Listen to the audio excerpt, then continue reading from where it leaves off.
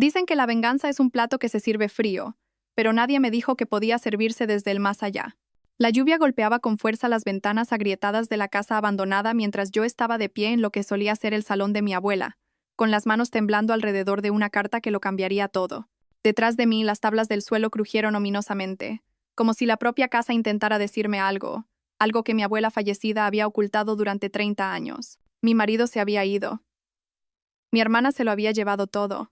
Pero mientras leía aquellas páginas amarillentas a la luz de la linterna de mi móvil, me di cuenta de que, a veces, las mayores victorias llegan a quienes parecen haberlo perdido todo. La casa a mi alrededor no se estaba pudriendo, estaba esperando. Antes de continuar, por favor, escribe en los comentarios desde qué país estás viendo este video. Nos encanta saber desde dónde nos sintoniza nuestra familia global. Y si es tu primera vez en este canal, por favor, suscríbete. Tu apoyo nos ayuda a traer aún más épicas historias de venganza. Disfruta de la historia. 3 meses antes, estaba sentada en el despacho del abogado con mi único vestido bueno. El negro que había llevado al funeral de la abuela Rosa, justo una semana antes. La tela empezaba a tener bolitas en los codos, pero era lo único que me quedaba que pareciera respetable. Mi hermana Victoria entró con 20 minutos de retraso, sus tacones de diseñador resonando contra el suelo de mármol como una cuenta atrás hacia mi perdición. Estaba perfecta, como siempre, su pelo rubio, peinado en esas ondas naturales que costaban más que mi presupuesto mensual de la compra. Y su chaqueta de color crema probablemente costaba más que mi coche. Cuando se sentó, ni siquiera me miró. Simplemente sacó su móvil y empezó a deslizar el dedo por lo que supuse que eran mensajes de felicitación por su último ascenso. Siento llegar tarde, dijo sin rastro de disculpa en su voz. El tráfico desde el centro era una locura. Quise decirle que quizás, si hubiera salido de su ático 5 minutos antes, no habría llegado tarde a la lectura del testamento de nuestra abuela, pero me mordí la lengua. Siempre me mordía la lengua cuando se trataba de Victoria. El señor Casares, el anciano abogado de la abuela, carraspeó y se ajustó sus gafas de montura de alambre. El hombre parecía haber ejercido la abogacía desde la proclamación de la Constitución, y su despacho olía a cuero viejo y decepción. Señoritas, gracias por venir. Rosa Vega fue muy específica sobre cómo quería que se dividiera su patrimonio. Abrió una gruesa carpeta y sacó varios documentos. Victoria, como nieta mayor, heredas el apartamento de 3 dormitorios en la calle Serrano, junto con todo el mobiliario, las joyas y el contenido de su cuenta de ahorros, aproximadamente 340.000 euros. Mi corazón se hundió, pero intenté mantener mi rostro neutral. Por supuesto, Victoria se quedaba con el apartamento que yo había visitado cada fin de semana de mi infancia, el lugar donde la abuela me había enseñado a hacer galletas, y me había contado historias sobre nuestra familia. El apartamento donde yo había pasado más tiempo que Victoria, porque ella siempre estaba demasiado ocupada con su carrera y su vida perfecta. «¿E Inés?», continuó el señor Casares, y levanté la vista esperanzada. Quizás quedaba algo para mí. Quizás la abuela no se había olvidado de mí por completo. Heredas la casona familiar en Valle Perdido, junto con todo su contenido y las 2 hectáreas de terrenos circundantes. Victoria resopló. Esa vieja ruina en medio de la nada. Abuela, de verdad que guardaste lo mejor para el final, ¿eh? Hablaba mirando al techo, como si la abuela pudiera oír su sarcasmo desde el más allá. Mi cara ardía de humillación. La casa de Valle Perdido se estaba cayendo a pedazos. Había estado allí una sola vez, cuando tenía 12 años, e incluso entonces ya era más ruina que residencia. Sin agua corriente, agujeros en el tejado y rodeada de nada más que campos y granjas abandonadas. No valía nada. «Hay una cosa más», dijo el señor Casares, y me entregó un sobresellado.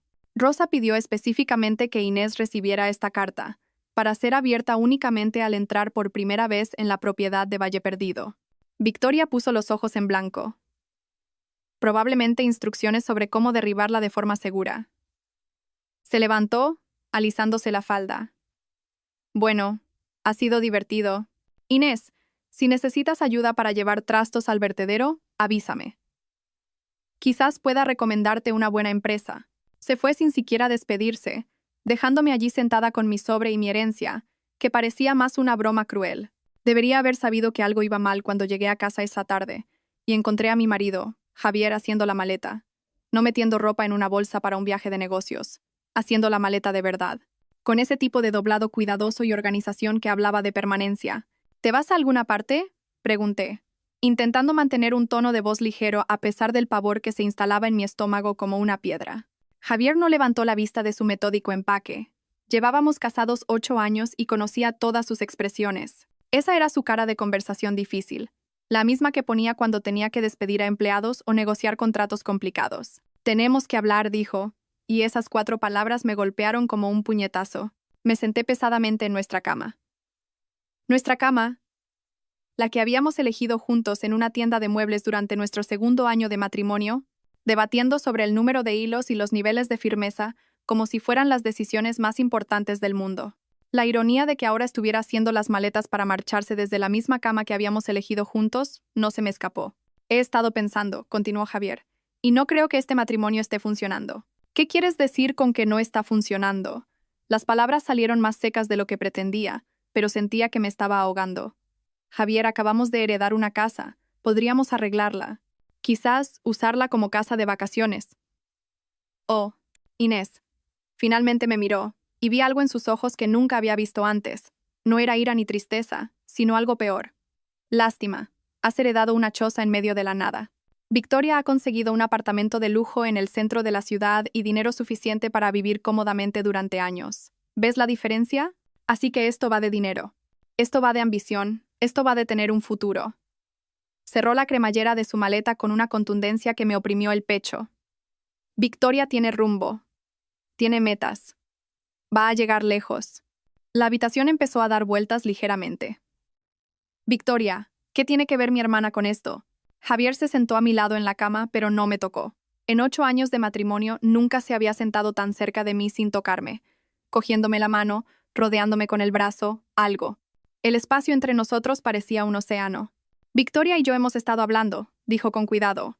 Me ha ofrecido un puesto en su agencia de marketing.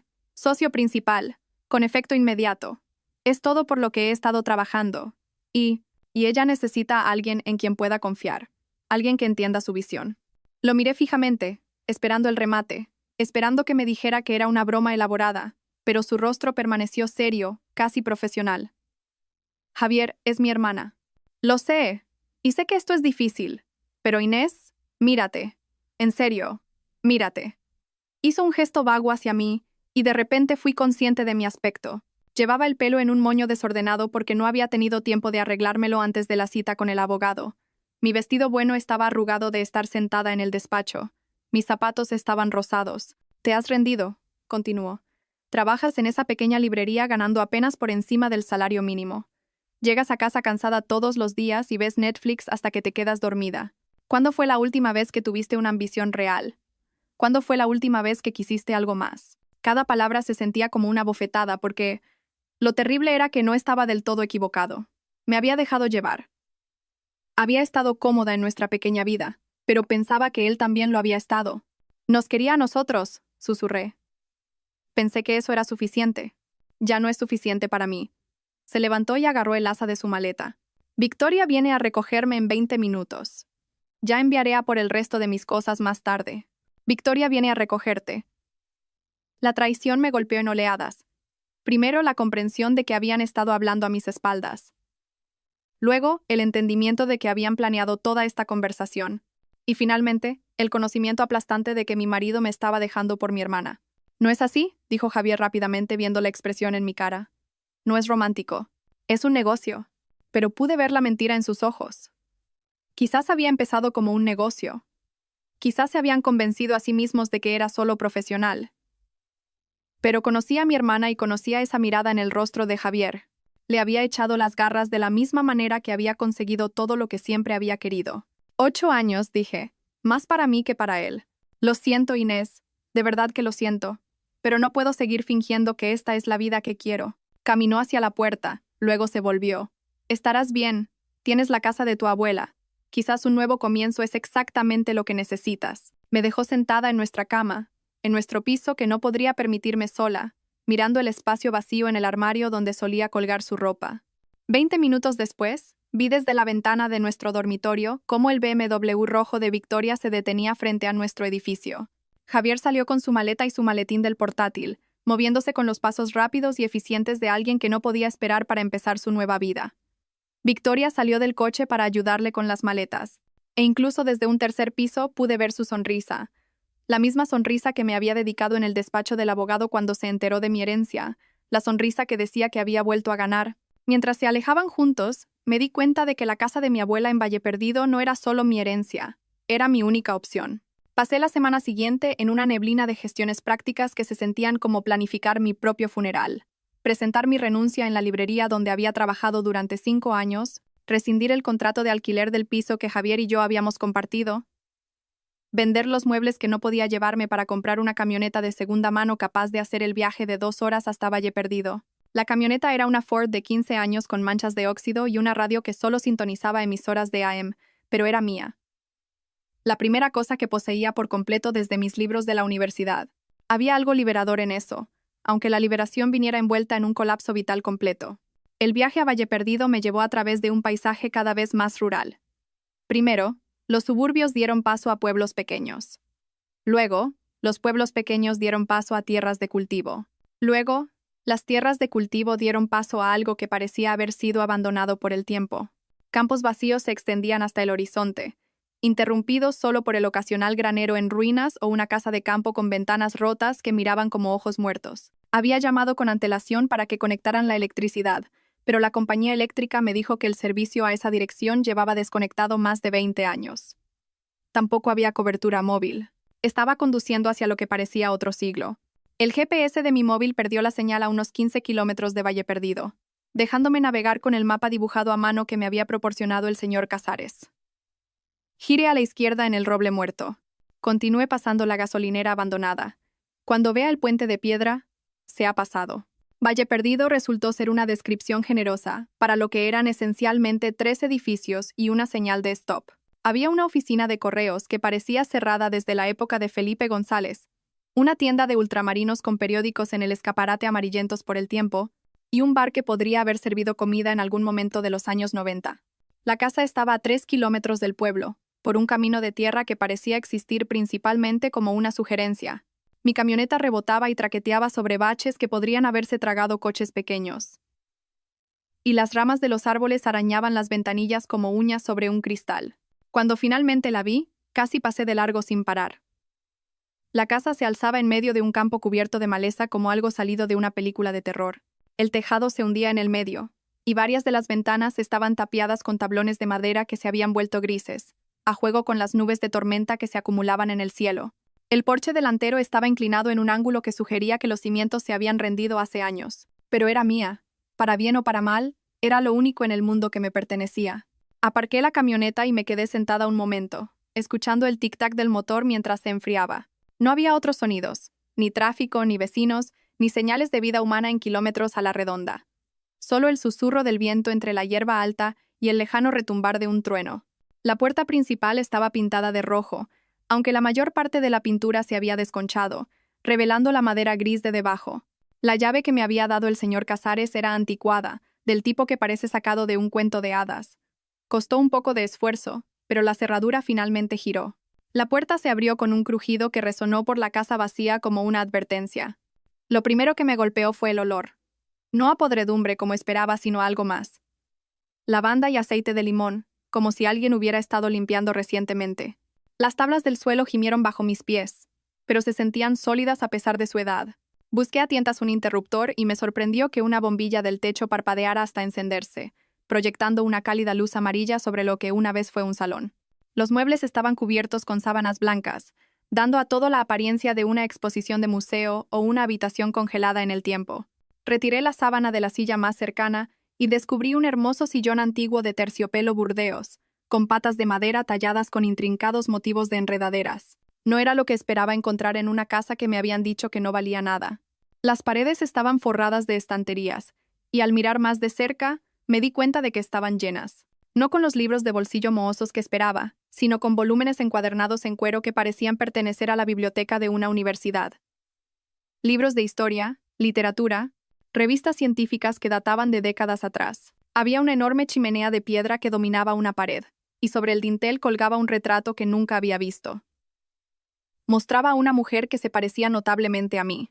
El mismo pelo oscuro, los mismos ojos verdes, la misma mandíbula terca, pero vestía ropa de los años 40, y había algo en su expresión que hablaba de secretos y fortaleza.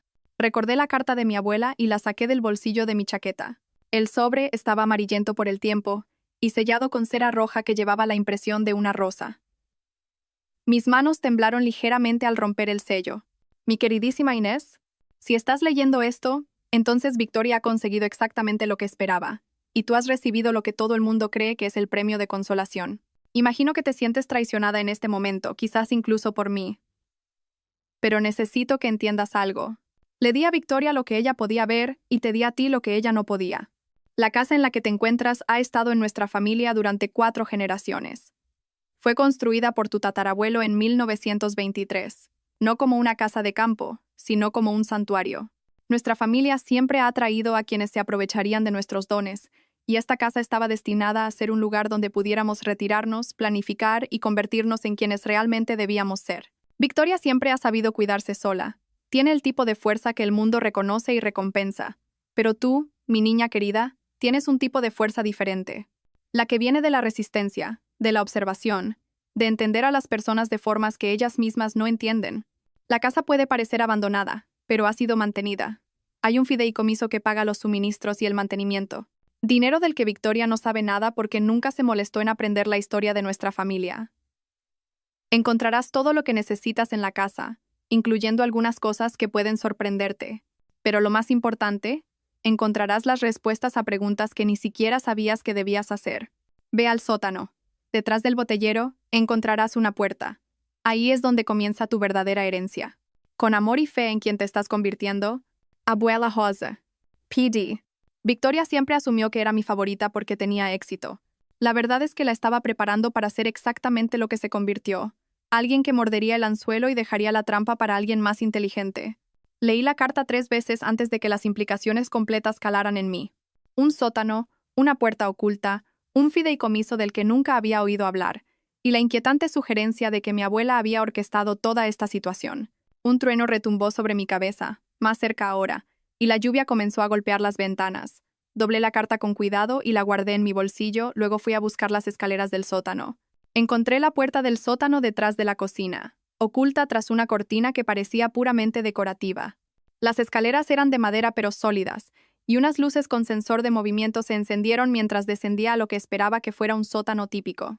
Paredes de hormigón, quizás algunas decoraciones de Navidad almacenadas, la humedad subterránea habitual. En cambio, encontré algo que me dejó sin aliento. El sótano estaba acondicionado como un estudio subterráneo. Alfombras persas cubrían suelos de madera pulida. Estanterías empotradas forraban las paredes, llenas de más libros, pero también de archivadores, álbumes de fotos y lo que parecían décadas de documentos cuidadosamente organizados. Un enorme escritorio dominaba el centro de la habitación, y detrás de él había, efectivamente, un botellero, pero no del tipo que encontrarías en una casa de las afueras. Este botellero estaba empotrado en la pared y se extendía del suelo al techo, lleno de botellas que parecían haber estado envejeciendo durante décadas. Pero cuando lo examiné más de cerca, pude ver que estaba montado sobre bisagras, una puerta oculta, tal como había prometido la carta de mi abuela. Me llevó varios minutos averiguar el mecanismo, pero finalmente descubrí que quitar una botella específica activaba un resorte que permitía que todo el botellero se abriera hacia adentro, revelando una habitación estrecha más allá. Lo que encontré en esa habitación oculta me hizo sentarme pesadamente en la silla del escritorio de mi abuela. La habitación era un despacho, pero no uno cualquiera. Este era el despacho de alguien que se había dedicado a saber cosas. Archivadores forraban 3 paredes, cada cajón meticulosamente etiquetado con fechas y nombres. Un ordenador, más nuevo que cualquier otra cosa en la casa, zumbaba silenciosamente en un pequeño escritorio, y cubriendo la 4ª pared había lo que solo podría describirse como el sueño de un teórico de la conspiración. Un enorme tablón de corcho cubierto de fotografías, documentos, recortes de periódico e hilos de colores que conectaban diversas piezas de información. Pero esto no era el trabajo de alguien que perseguía conexiones imaginarias. A medida que me acercaba y empezaba a leer, me di cuenta de que mi abuela había pasado décadas documentando las vidas y los negocios de la gente de nuestra ciudad. Políticos, empresarios, líderes sociales, cualquiera con poder e influencia. Y no solo había estado recopilando información al azar, había estado construyendo casos. Saqué uno de los expedientes al azar y me encontré con una carpeta etiquetada: Teodoro Ashworth, Comisión de Urbanismo del Ayuntamiento. Dentro había docenas de documentos. Fotografías de Ashworth reuniéndose con ejecutivos de empresas de construcción, copias de registros bancarios que mostraban pagos que no coincidían con su salario municipal, conversaciones grabadas sobre decisiones de zonificación que se tomaban a cambio de pagos en efectivo. Otro expediente contenía pruebas de que el juez Morales había estado aceptando sobornos para influir en decisiones de custodia. Otro documentaba una red de médicos que prescribían cirugías innecesarias para aumentar sus ingresos. Mi abuela había estado dirigiendo una especie de operación de investigación unipersonal durante 30 años, y por lo que podía ver, nunca había actuado sobre ninguna de la información. Simplemente la recopilaba, la organizaba y esperaba. Sobre el escritorio, junto al ordenador, había una nota manuscrita con la cuidada caligrafía de mi abuela. Inés, los archivos están organizados cronológicamente. Empieza por el más reciente y ve hacia atrás. Todo lo que necesitas saber sobre cómo usar esta información está en el ordenador. La contraseña es tu fecha de nacimiento. Mes, día, año, sin espacios. Confía en tus instintos. Confía en tu ira. Y recuerda que a veces la mejor venganza es simplemente darle a la gente la verdad que pensaban que podían enterrar. Rosa. Encendí el ordenador e introduje mi fecha de nacimiento. El escritorio que apareció estaba organizado con precisión militar. Carpetas etiquetadas como casos activos, investigación pendiente, archivos de pruebas y redes de distribución. Pero la carpeta que llamó mi atención se titulaba Victoria y Asociados. Con los dedos temblorosos hice clic para abrirla. El expediente sobre mi hermana era enorme, fácilmente 3 veces más grande que cualquiera de los otros que había visto. Comenzaba con los inicios de su carrera y llegaba hasta el día de hoy, documentando un patrón de comportamiento que me revolvió el estómago. Victoria no solo había tenido éxito en el marketing, había estado destruyendo sistemáticamente a su competencia a través del espionaje corporativo, robando clientes mediante sabotaje industrial y acostándose con la alta dirección de cada empresa para la que había trabajado. Pero lo había hecho con cuidado, con inteligencia. Nunca había dejado pruebas suficientes para que nadie pudiera presentar un caso en su contra. Nadie excepto mi abuela, al parecer. El archivo contenía fotografías de Victoria, entrando en habitaciones de hotel con ejecutivos casados, conversaciones telefónicas grabadas, donde discutía el robo de información confidencial de empresas competidoras, registros bancarios que mostraban pagos de empresas fantasma que se podían rastrear hasta las pérdidas comerciales de sus rivales. Pero la sección que me hizo sentir enferma fue la que trataba sobre Javier.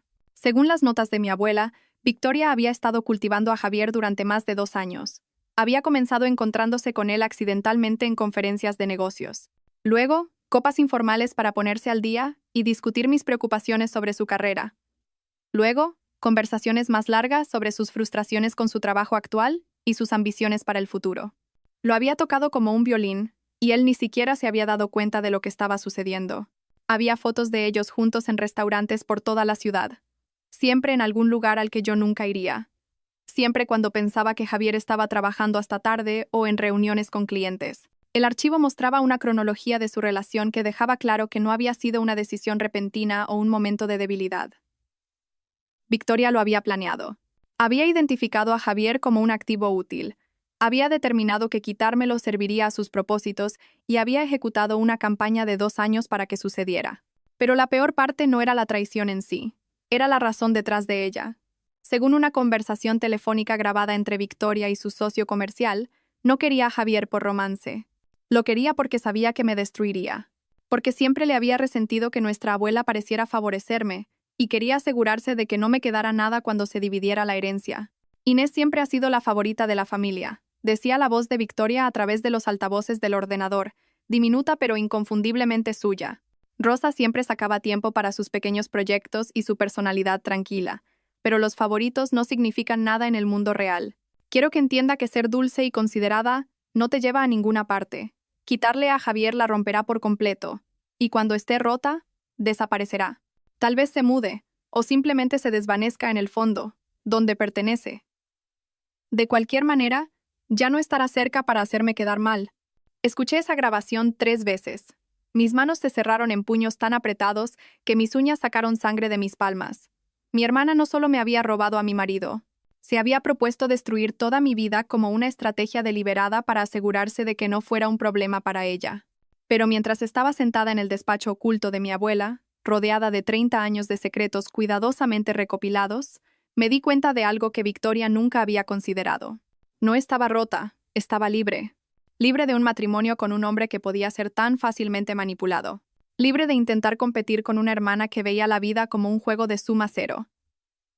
Libre de fingir que la familia significaba algo para personas que veían el amor como una debilidad que explotar. Y no estaba indefensa. Tenía pruebas suficientes para destruir la carrera de Victoria, su reputación y su futuro. Tenía documentación de delitos que podrían llevarla a la cárcel. Tenía el poder de quitarle todo de la misma manera que ella me lo había quitado todo a mí. Pero a medida que exploraba más archivos de mi abuela, me di cuenta de que me había dejado algo incluso mejor que pruebas de los crímenes de Victoria. Me había dejado las herramientas para darle a Victoria exactamente lo que se merecía. El ordenador contenía instrucciones detalladas para algo que mi abuela había llamado la red.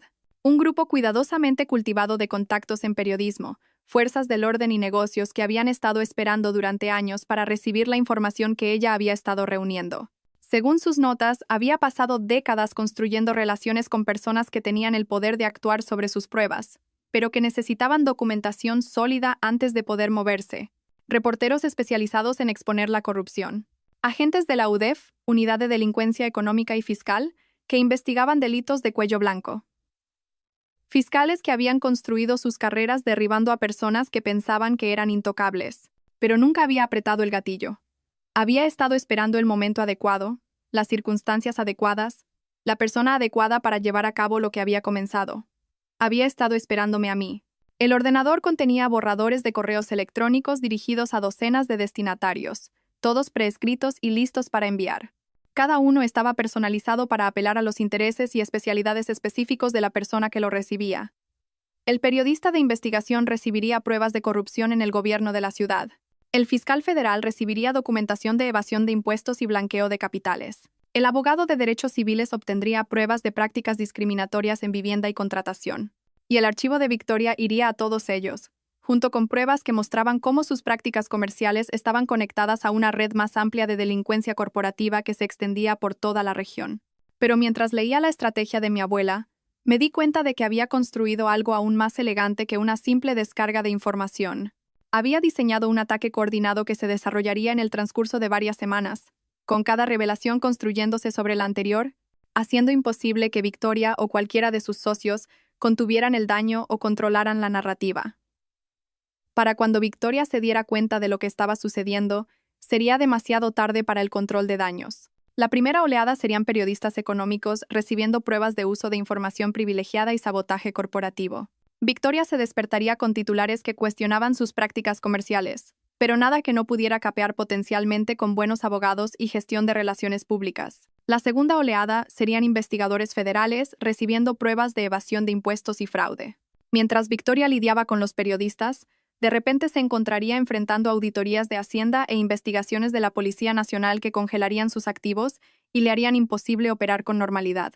La tercera oleada serían fiscales locales recibiendo pruebas de actividad delictiva que resultarían en la presentación de cargos reales. Para este punto, Victoria estaría financieramente paralizada y enfrentando una pena de cárcel seria. Y la oleada final serían cuentas de redes sociales y blogueros de cotilleos recibiendo la información personal, las fotos, las conversaciones grabadas, la evidencia de su destrucción sistemática de relaciones personales. Esto destruiría su reputación más allá de cualquier posibilidad de recuperación. Era brillante, era exhaustivo y era absolutamente devastador. Pero mientras estaba sentada en ese despacho subterráneo, rodeada de pruebas de la cuidadosa planificación de mi abuela, me di cuenta de que había algo más que necesitaba hacer primero. Necesitaba asegurarme de que Javier entendiera exactamente en qué se había metido. A la mañana siguiente, conduje de regreso a la ciudad por una ruta diferente que me llevó más allá del edificio de Victoria. Su BMW rojo estaba aparcado en su plaza asignada, y cuando miré hacia su piso, pude ver luces encendidas en lo que sabía que era su apartamento. Aparqué al otro lado de la calle y llamé al móvil de Javier. Respondió al tercer tono, sonando ligeramente sin aliento. «Inés, ¿está todo bien?» «Estoy bien. Quería hablar contigo sobre dividir algunas de nuestras cosas. Hay algunos artículos que me gustaría quedarme que tienen valor sentimental». «Claro, eso. Eso es muy razonable por tu parte». Sonaba aliviado de que no estuviera llamando para rogarle que volviera o para gritarle sobre Victoria. «¿Qué tenías en mente? ¿Podríamos tomar un café? En algún lugar neutral. Prometo que no voy a montar una escena». Hubo una pausa mientras lo consideraba. ¿Qué tal ese sitio en el centro? Cafés El Tostadero. Mañana a las 2. Perfecto. Y Javier, gracias por ser civilizado con esto. Sé que la situación es complicada. Después de colgar, pasé el resto del día preparándome. Conduje a la ciudad más cercana con una tienda de electrónica decente, y compré una grabadora digital lo suficientemente pequeña como para caber en un bolso. También compré un teléfono nuevo, un smartphone con una buena cámara y un plan de datos ilimitado. Esa noche, llamé al número de la oficina de Victoria. Sabía que estaría trabajando hasta tarde. Siempre trabajaba hasta tarde cuando estaba en medio de un gran proyecto. Y robar el marido de alguien definitivamente calificaba como un gran proyecto. Victoria Vega, ¿en qué puedo ayudarle? Victoria, soy Inés. Esperaba que pudiéramos hablar. Su voz se volvió inmediatamente cautelosa. ¿Sobre qué? Sobre la herencia. Sobre Javier. Creo que necesitamos aclarar las cosas. Inés, quiero que sepas que Javier y yo... Sé lo que sois Javier y tú, interrumpí. No llamo para pelear por eso. Llamo porque quiero asegurarme de que podamos mantener algún tipo de relación. Eres la única familia que me queda. Esto pareció sorprenderla. ¿No estás enfadada? Estoy dolida, pero también soy realista. Javier tomó su decisión y tú tomaste la tuya. Pelear por ello no cambiará nada. Puse toda la resignación que pude en mi voz. Simplemente no quiero perder a mi hermana también. Eso es, en realidad, muy maduro por tu parte, Inés. Me preguntaba si quizás podríamos almorzar esta semana. Solo nosotras dos. Me gustaría saber sobre tu nueva sociedad con Javier. Y me gustaría contarte sobre la casa. En realidad no está tan mal como pensábamos. ¿De verdad? De verdad. Al parecer, la abuela tenía un fideicomiso que la ha estado manteniendo. En realidad es bastante encantadora, de una manera rústica. Quedamos para almorzar el viernes en un restaurante de lujo del centro, el tipo de lugar que a Victoria le encantaba porque la hacía sentir importante. Después de colgar, me senté en el salón de mi abuela y planifiqué los próximos días en detalle. Javier tendría su reunión mañana. Victoria tendría la suya el viernes. Y para el lunes siguiente, ambos entenderían exactamente lo que habían hecho. Pero primero, tenía que asegurarme de que me dieran todo lo que necesitaba para enterrarlos a ambos. Cafés. El tostadero estaba lleno a las 2 de la tarde de un miércoles, repleto de gente de negocios tomando su cafeína de la tarde y estudiantes trabajando en sus portátiles. Elegí una mesa cerca del fondo donde pudiéramos hablar en privado y llegué 10 minutos antes para instalar mi grabadora digital y probar la calidad del audio con el ruido de fondo. Javier apareció exactamente a tiempo, luciendo incómodo pero decidido. Se había vestido con esmero. No la ropa informal que solía usar para citas de café, pero tampoco un traje de negocios completo.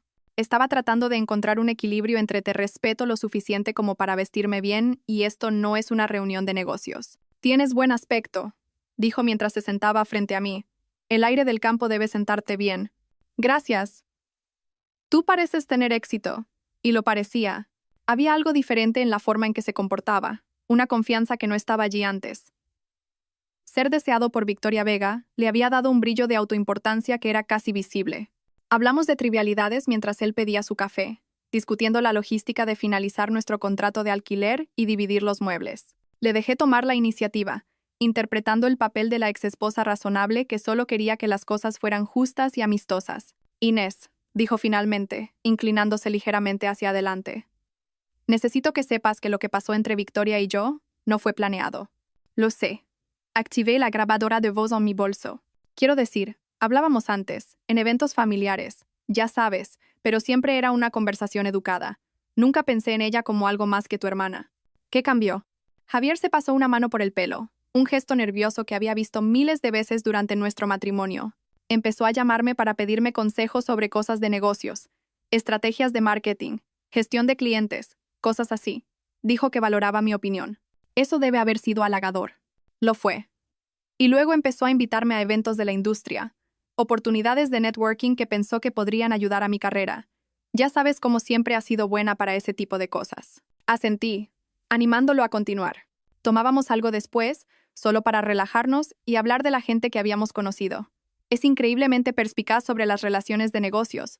Podía leer a la gente de maneras que yo nunca pude. Siempre ha sido buena leyendo a la gente. Exacto. Y empezó a señalar cosas sobre mi carrera que nunca había considerado, oportunidades que estaba perdiendo, conexiones que debería estar haciendo. Me hizo darme cuenta de que había estado pensando en pequeño. Hizo una pausa para tomar un sorbo de su café, y pude ver que estaba sopesando cuánto contarme. Javier, no voy a juzgarte por ser ambicioso. Lo sabes, ¿verdad? Esto pareció relajarlo. Me ofreció la sociedad hace unos 6 meses. Al principio dije que no. Pensé que sería raro trabajar con tu hermana. Pero ella señaló que los negocios son los negocios, y que probablemente te alegrarías de que yo tuviera una oportunidad tan grande. Pero no me lo contaste. No, yo. Quería pensarlo primero. Y Victoria sugirió que sería prudente. Dijo que te preocuparías por la transición, sobre si estaba tomando la decisión correcta. Pensó que sería mejor presentártelo como un hecho consumado para que no te estresaras por algo que, en última instancia, era mi decisión. Tuve que concentrarme para mantener mi expresión neutral. Cada palabra que salía de su boca estaba demostrando que la documentación de mi abuela era correcta. Victoria lo había estado manipulando con tanta pericia que él todavía no se daba cuenta. ¿Cuándo te diste cuenta de que tenía sentimientos por ella? El rostro de Javier enrojeció ligeramente. No sé si los llamaría sentimientos exactamente, es más como reconocimiento.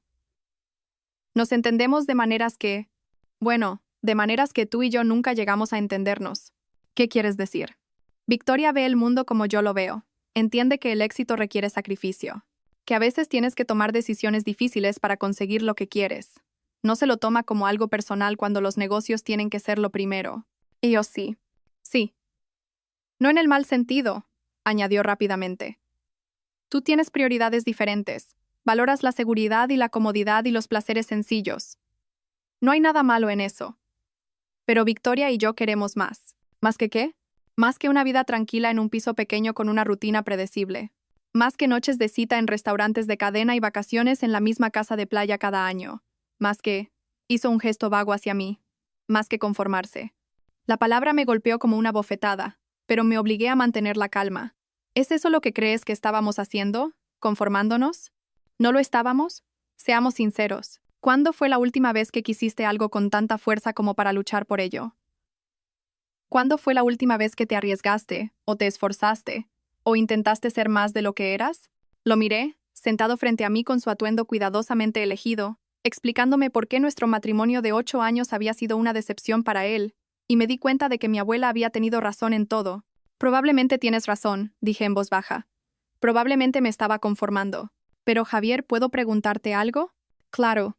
¿Realmente crees que Victoria te quiere por quién eres? ¿O crees que te quiere por lo que puedes hacer por ella? Su rostro se puso inmediatamente a la defensiva. ¿Qué quieres decir con eso? Quiero decir que siempre ha sido muy estratégica con sus relaciones. Incluso de niñas, nunca hacía amigos solo porque le gustara a alguien. Siempre había algún beneficio involucrado. Eso no es justo, Inés. Victoria ha trabajado increíblemente duro para llegar a donde está. Si es selectiva con sus relaciones, es porque tiene que serlo. La gente intenta usar a las personas exitosas todo el tiempo. Estoy segura de que sí. Pero ¿no te parece conveniente que de repente se interesara por ti justo cuando necesitaba un socio comercial? Alguien con tus habilidades y experiencia específicas. Lo estás haciendo sonar calculado. Solo pregunto si has considerado la posibilidad. Javier se reclinó en su silla, estudiando mi cara. Estás tratando de hacerme dudar de ella. Estoy tratando de asegurarme de que estás tomando esta decisión con los ojos abiertos. Victoria es brillante y exitosa y hermosa, pero también es alguien que ve a las personas como activos. No quiero que salgas herido.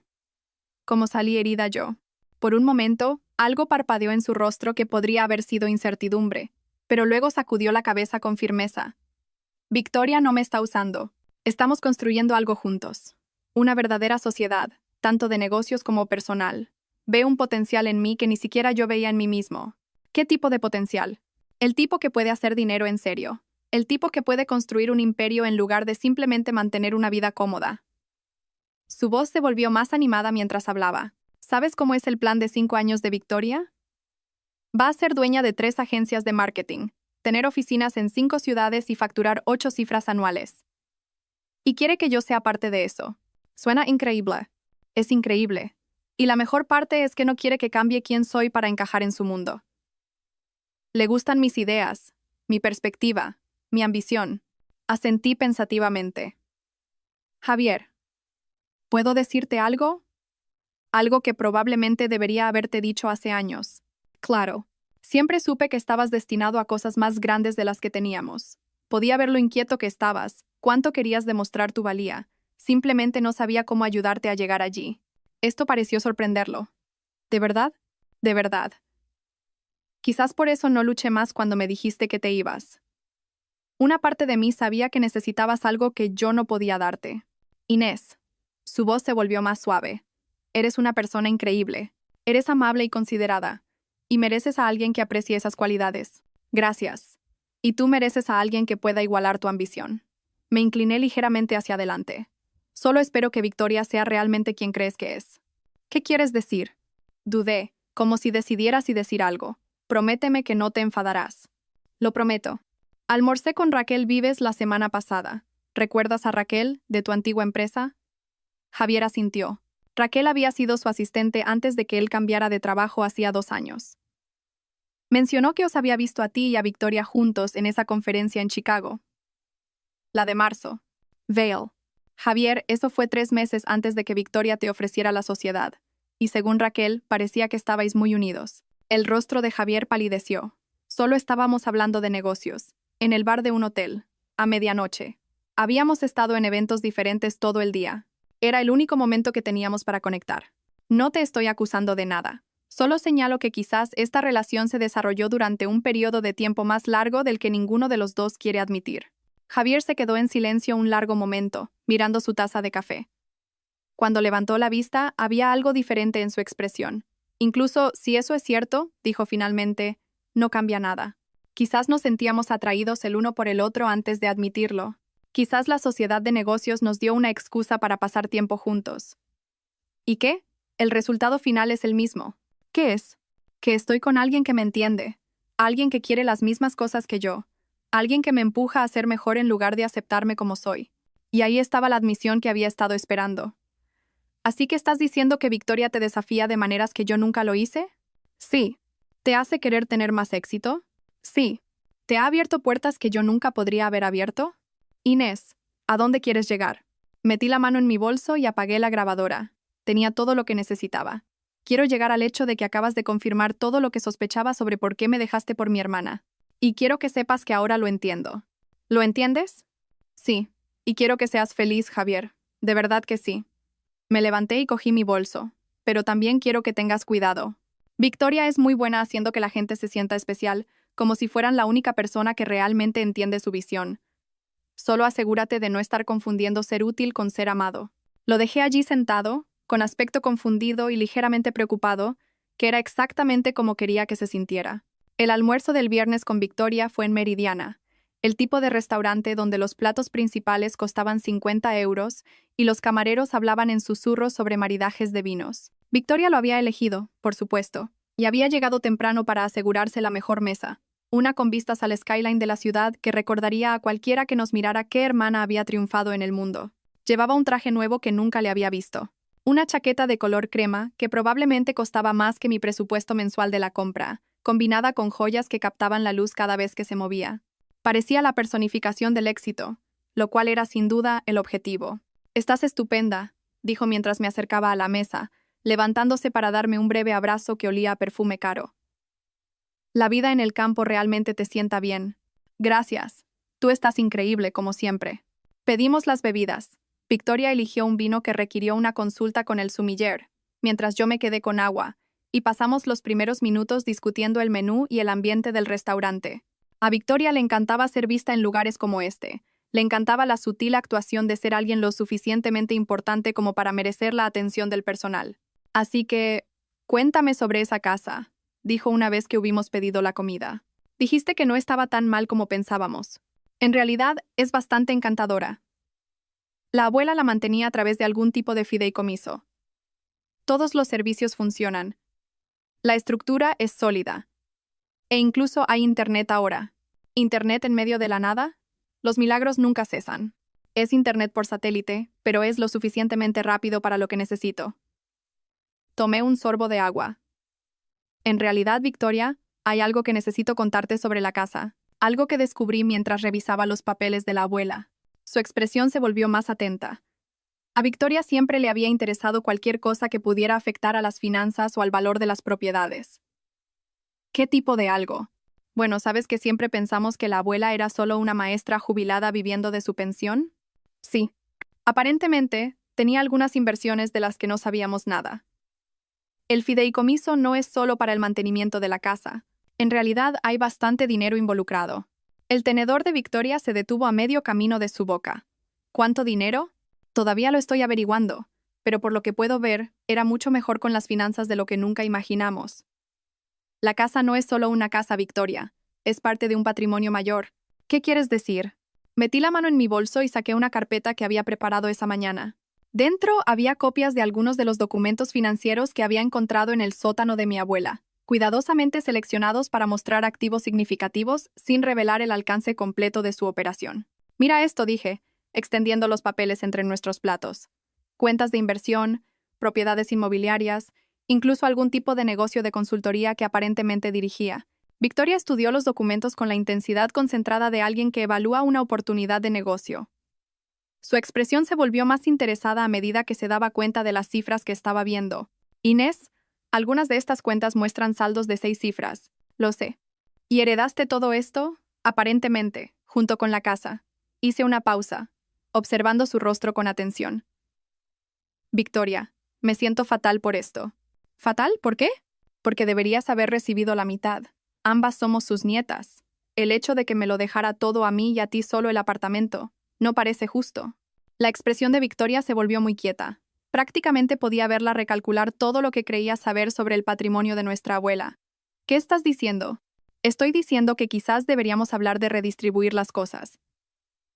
Nunca esperé nada de esto. Y sé que tenía ciertas suposiciones sobre cómo funcionaría la herencia. Suposiciones.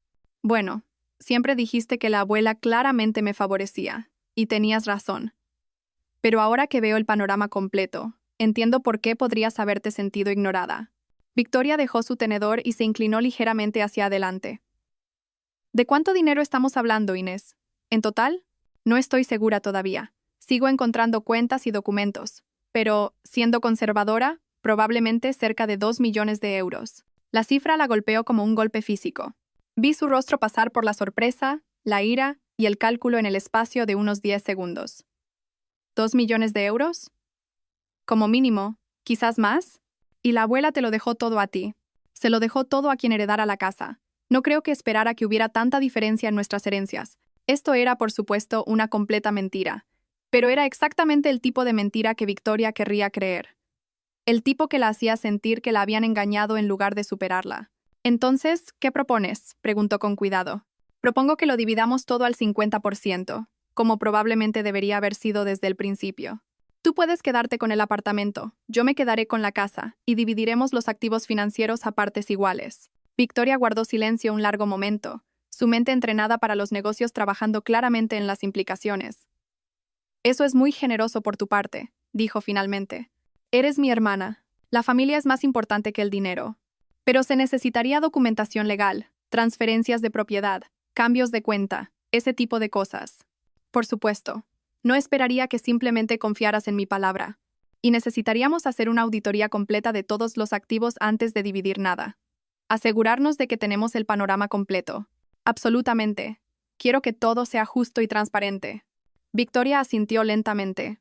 ¿Cuándo pensabas que empezaríamos este proceso? Bueno, eso depende. Sé que estás ocupada con tu nueva empresa. Su expresión se volvió ligeramente cautelosa. Javier te contó lo de la sociedad. Lo mencionó. Creo que es maravilloso que os hayáis encontrado profesionalmente. Quiero decir, es solo profesional. Inés, quiero que lo sepas. Lo sé. Javier me explicó toda la situación. Cómo le has estado ayudando con los contactos. Cómo la oportunidad de la sociedad se desarrolló naturalmente a partir de vuestra relación profesional. Tomé otro sorbo de agua. En realidad, es una estrategia de negocio muy inteligente.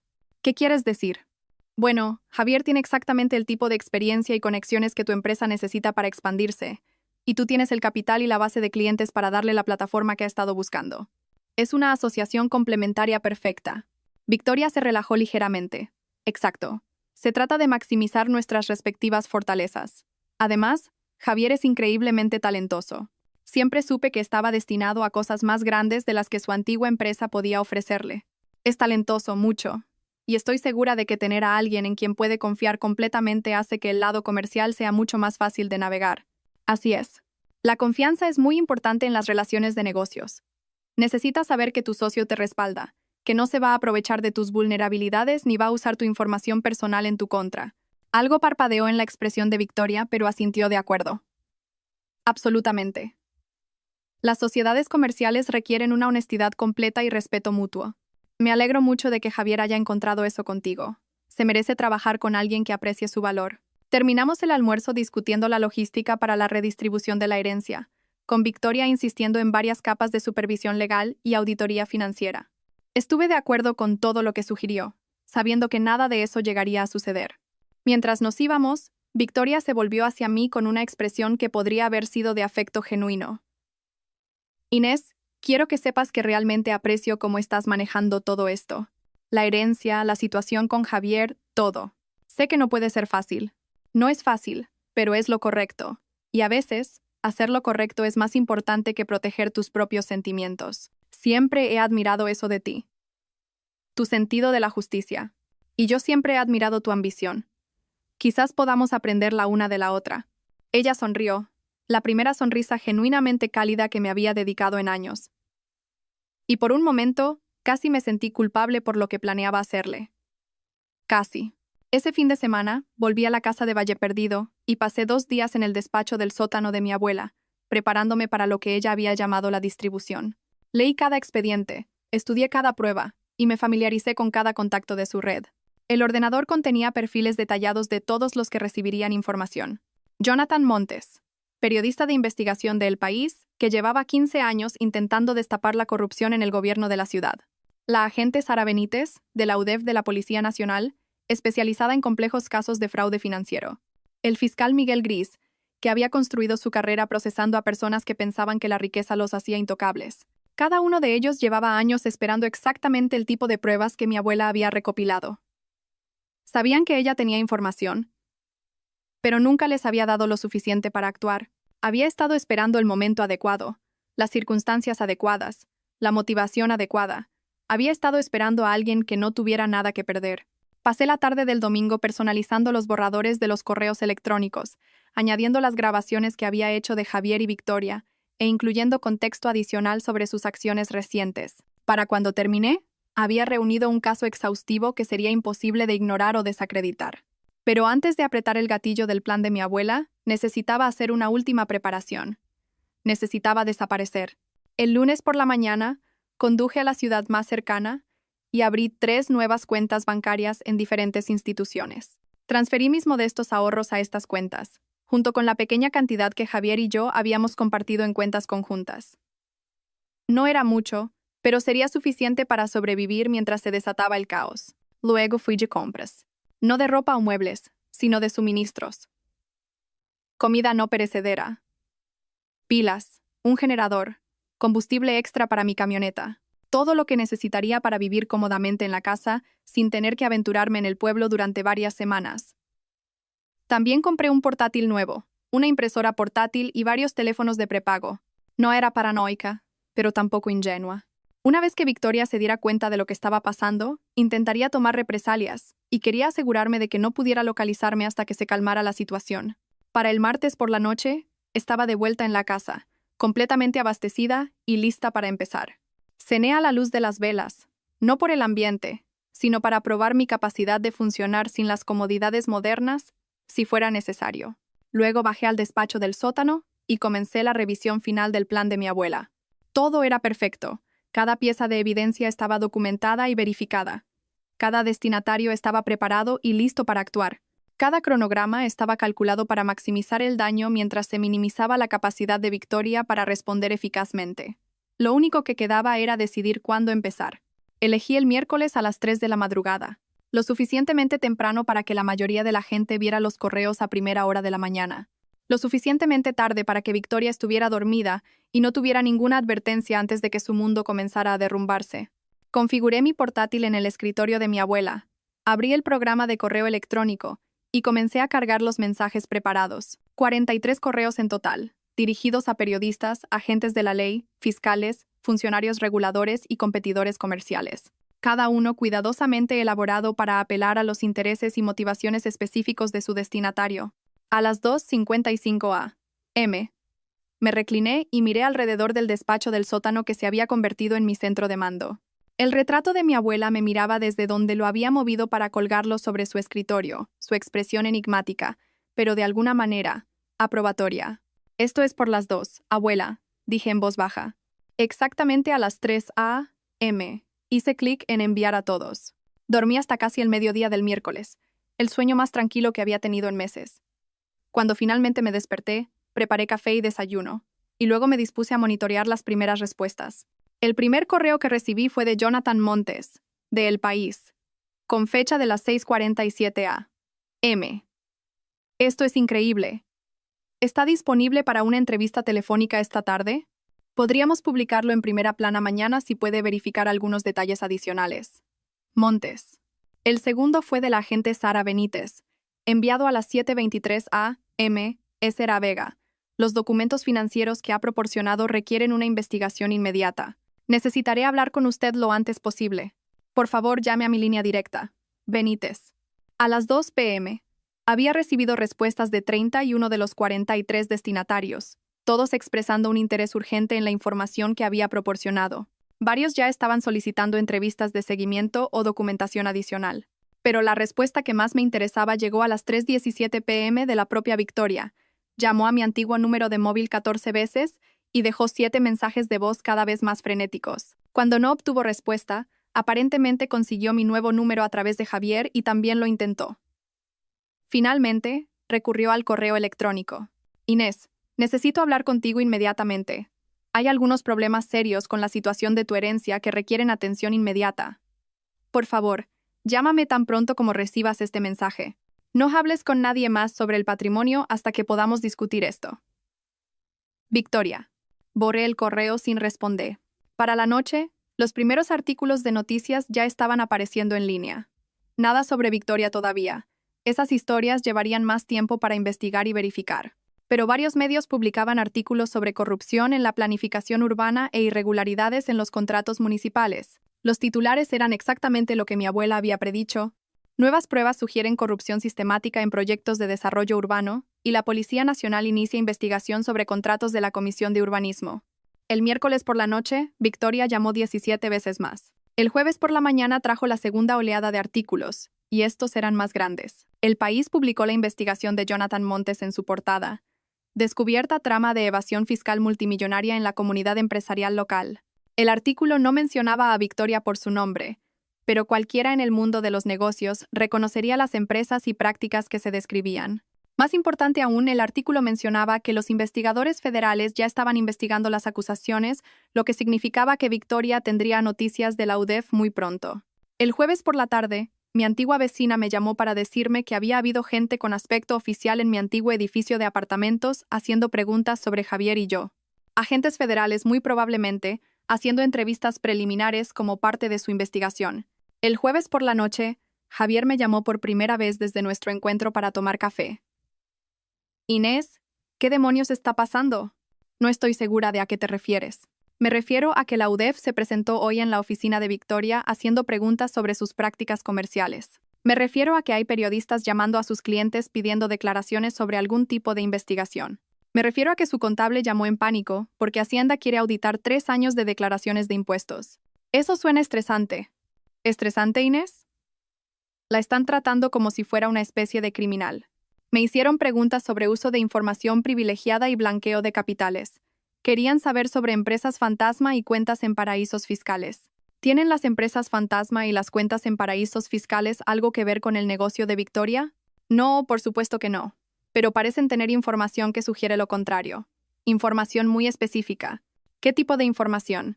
El tipo que solo podría provenir de alguien con acceso a sus archivos privados y comunicaciones personales.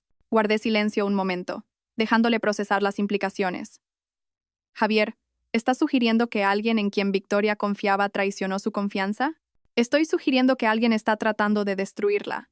Y el momento es terriblemente conveniente. ¿Conveniente cómo? Conveniente que todo esto suceda justo después de que te ofreciera dividir una herencia. Conveniente que de repente te hayas vuelto muy comprensiva con nuestra relación. Conveniente que parezcas notablemente tranquila con todo lo que está pasando. Estoy tranquila. Descubrí que la mujer que me robó a mi marido ha estado dirigiendo una empresa criminal durante años. ¿Por qué no estaría tranquila de que eso salga a la luz? Ella no me robó, y no dirige una empresa criminal. ¿De verdad? Porque la UDEF parece pensar lo contrario. Javier guardó silencio un largo momento. Cuando volvió a hablar, su voz era diferente. Más pequeña. Inés, por favor, si sabes algo sobre lo que está pasando, tienes que decírmelo. Victoria. Ella no está llevando esto bien. ¿Qué quieres decir? Quiero decir que lleva 36 horas seguidas despierta, tratando de averiguar de dónde viene esta información. Está convencida de que alguien la ha estado espiando, monitoreando sus comunicaciones, quizás incluso entrando en su apartamento. ¿Alguien ha estado haciendo esas cosas? No lo sé, pero está actuando como si estuviera bajo asedio. No come, no duerme. Solo da vueltas por la casa haciendo llamadas a abogados y contables y tratando de averiguar cómo detener esto.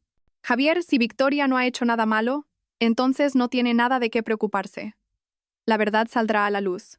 Y si ha hecho cosas malas, entonces enfrentará las consecuencias, como lo haría cualquiera. Inés, sé que estás enfadada por lo que pasó entre nosotros, pero... Javier, interrumpí. Quiero que pienses con mucho cuidado en lo que me estás pidiendo. ¿Quieres que ayude a proteger a alguien que destruyó sistemáticamente mi vida como parte de una estrategia comercial calculada? ¿Alguien que me robó a mi marido porque pensó que sería divertido ver cuánto daño podía hacerle a su propia hermana? ¿Alguien que aparentemente ha estado violando leyes federales durante años? Ella no destruyó tu vida. ¿No lo hizo? Perdí a mi marido, mi hogar, mi sensación de seguridad y mi relación con mi único miembro de la familia. ¿Cómo llamarías a eso? Te dio una oportunidad de construir algo mejor. Casi me reí. ¿Eso es lo que te dijo? ¿Que me estaba haciendo un favor? Dijo que habías estado atrapada en una vida que era demasiado pequeña para ti. Dijo que tal vez perder algunas de las cosas que te estaban frenando te ayudaría a descubrir de lo que eras realmente capaz. ¿Y te lo creíste? Yo quería creerlo, porque hacía más fácil justificar lo que estábamos haciendo. Javier no respondió, lo que fue respuesta suficiente. Javier, necesito que entiendas algo. Victoria no me dio una oportunidad, me dio una motivación. Hay una diferencia. ¿Qué quieres decir? Quiero decir que todo lo que le está sucediendo ahora mismo es el resultado directo de las decisiones que tomó. Yo no creé las pruebas en su contra. Solo me aseguré de que las personas adecuadas las vieran. La línea se quedó en silencio tanto tiempo que me pregunté si había colgado. Tú hiciste esto, dijo finalmente. Yo impartí justicia. Hay una diferencia. Inés, tienes que detener esto. Lo que sea que hayas puesto en marcha, tienes que detenerlo antes de que vaya demasiado lejos. No puedo detenerlo, Javier. Ya no me pertenece. Pertenece a los investigadores federales, a los fiscales y a los periodistas. Pertenece al sistema legal. Por favor, no. Colgué y apagué el teléfono. El viernes por la mañana trajo los titulares que había estado esperando. Ejecutiva de marketing local bajo investigación federal por compleja trama de fraude. Victoria Vega, estrella en ascenso o mente maestra criminal. La caída de una historia de éxito. Cómo la ambición se convirtió en corrupción. Los artículos contenían todo. El fraude financiero, el espionaje corporativo, la destrucción sistemática de competidores, la red de relaciones comerciales corruptas que se extendía por toda la región. Pero más que eso, contenían los detalles personales que destruirían su reputación más allá de cualquier posibilidad de recuperación.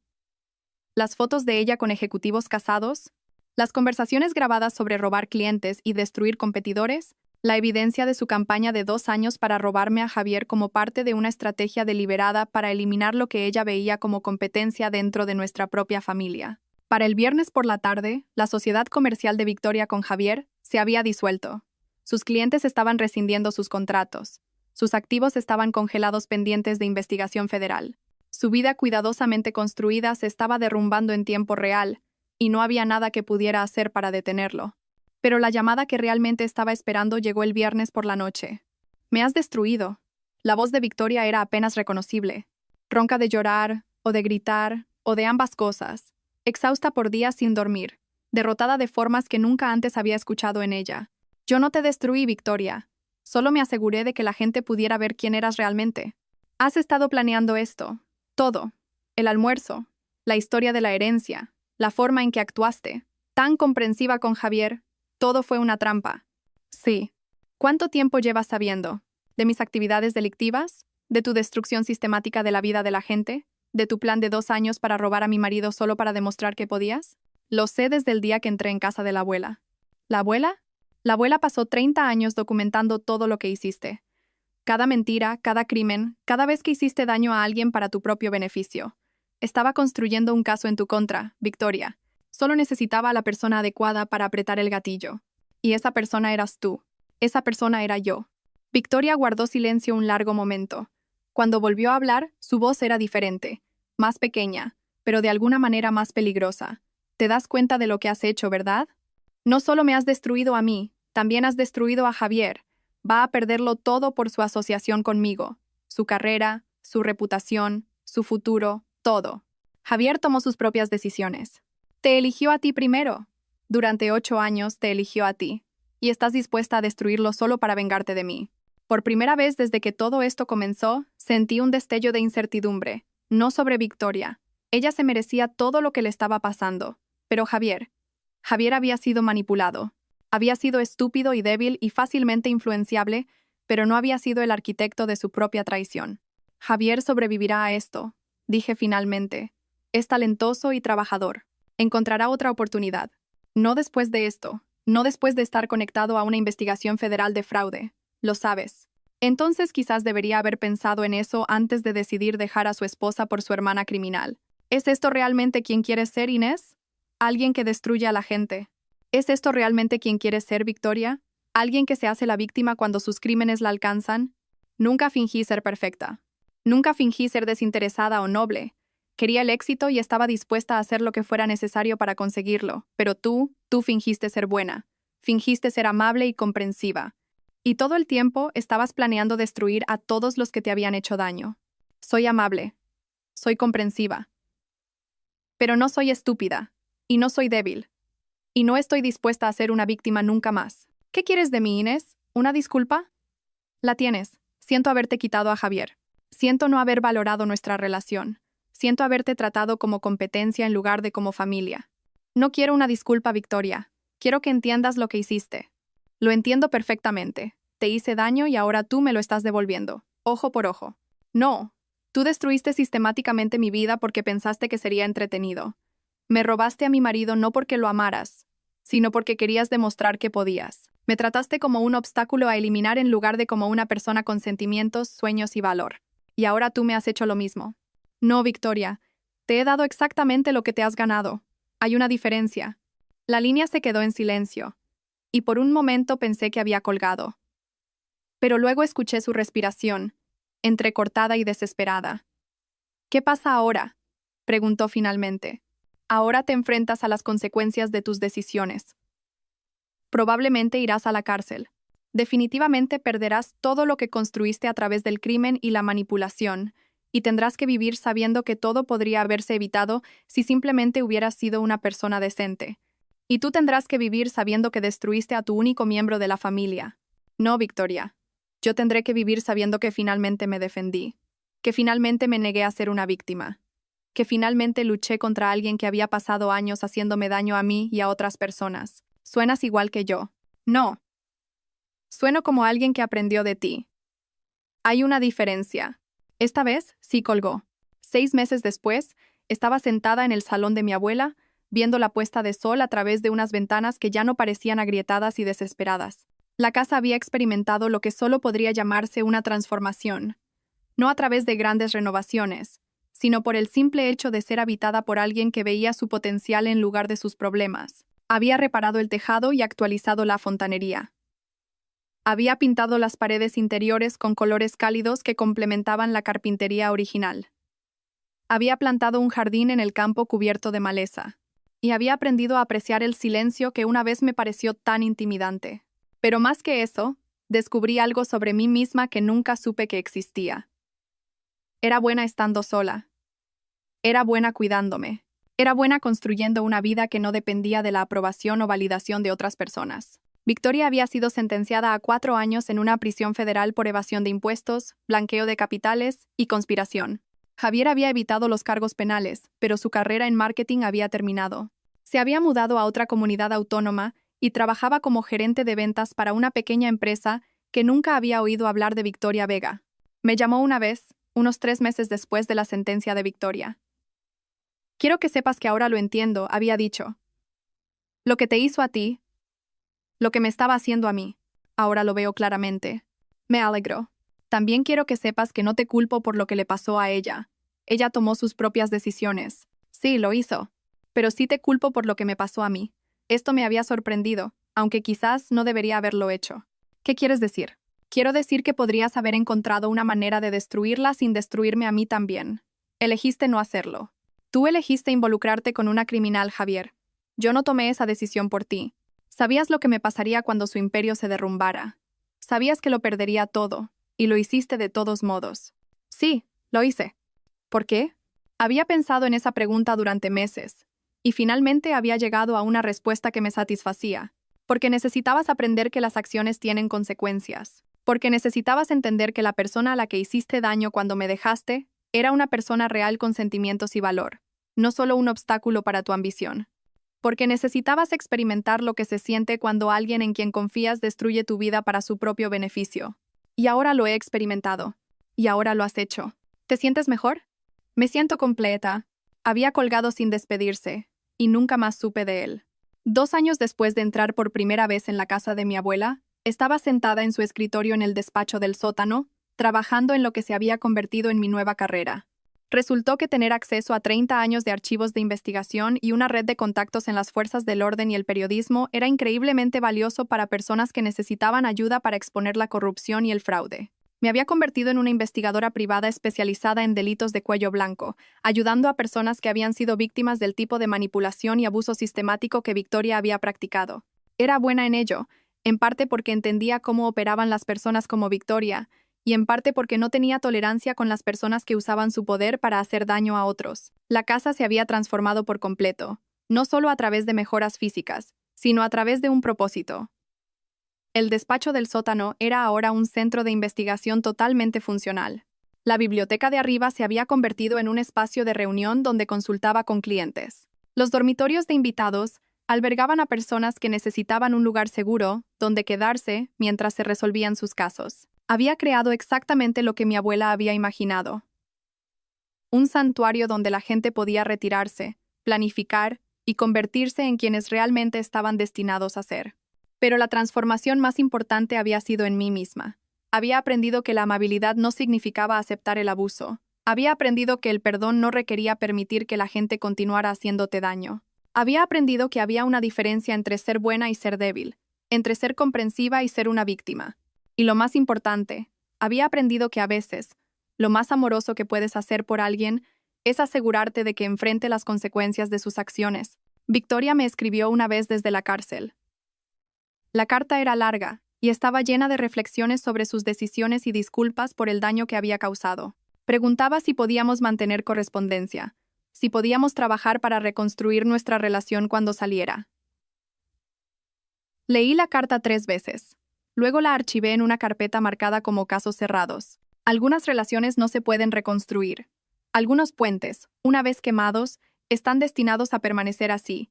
Y algunas personas son exactamente quienes te muestran que son, sin importar cuánto desees que sean diferentes. Estaba sentada en la silla de mi abuela, trabajando en un caso que involucraba a un concejal corrupto, cuando noté el retrato en la pared sobre mí. La expresión de mi abuela, que una vez me pareció enigmática, ahora me resultaba clara.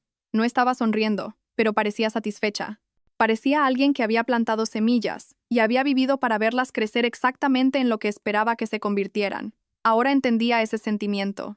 Fuera de mis ventanas, el sol se ponía sobre campos que ya no parecían abandonados, sino que parecían llenos de posibilidades.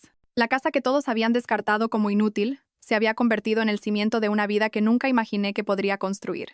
Mi teléfono vibró con un mensaje de texto de una nueva clienta, una mujer cuyo socio comercial le había estado robando de sus cuentas conjuntas durante años. Otra persona que necesitaba a alguien que le ayudara a luchar contra alguien que pensaba que era demasiado débil para defenderse.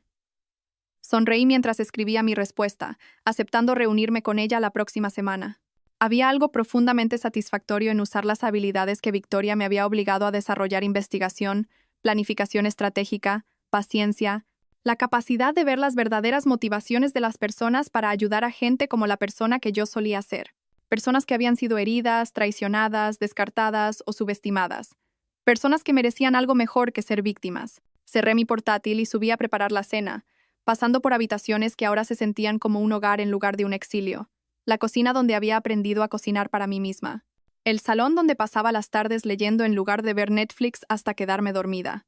El dormitorio donde dormía plácidamente, sin preguntarme ya si la persona a mi lado estaba tramando mi destrucción.